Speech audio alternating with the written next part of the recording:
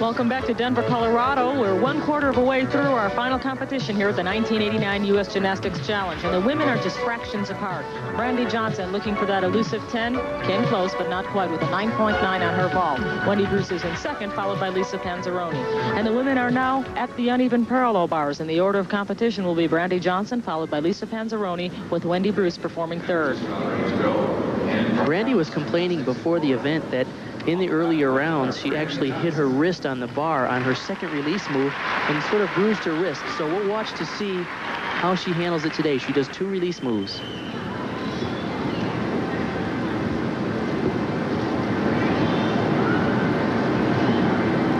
Her first big release comes right at the beginning. It's a reverse hecht. And then she goes to the front between the bars. There's the reverse hecht.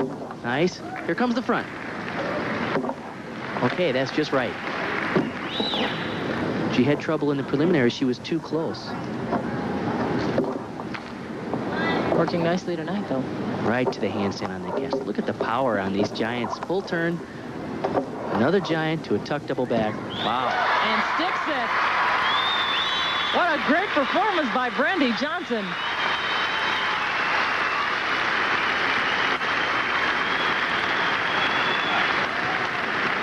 That's the kind of style that got her first place at the American Cup. And her coach, Kevin Brown, really did a great job at teaching her this reverse hecht. Look at how high she is.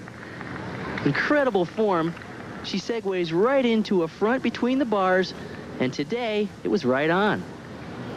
Score for Brandy Johnson, 9. Here's the giant, half. Straddle back through, another giant swing, and this tuck double back is like no one else. Sure was a great routine. The judges gave it a 9.875. She has now broken her own record for uneven bars. And that 9.875 represents a record in this U.S. Challenge. She had owned the earlier record of 9.825. She increased it by 0.05 of a point. Parkettes, Allentown, Pennsylvania, Coach Vera. Lisa Panzaroni is up second. She competes for Parkettes. Her coach on hand is John Holman. Bill and Donna Strauss run the program at Allentown, Pennsylvania, called Parkettes. The judges are looking for big swinging elements like the giant swing here. Nice reverse hecht. That's a release move. They need to see that. Oh! She tried the same combination exactly that Brandy Johnson did, the front between the bars after the reverse hecht.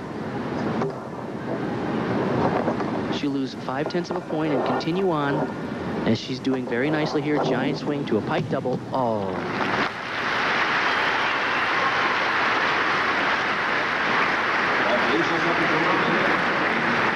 What a disappointment for Lisa.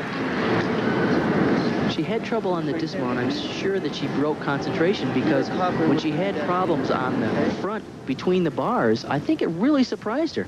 She did this reverse hecht just right. She's right where she wanted to be. Let's see what happens. Here's a straddle front. Looked like she hit on her wrist and then bounced past her fingertips, and there wasn't much she could do in terms of gripping the bar. She went ahead to continue with the giant to a pike double. She let go a hair early and kind of slung it out, and of course, it's hard to pull the rotation around from that point.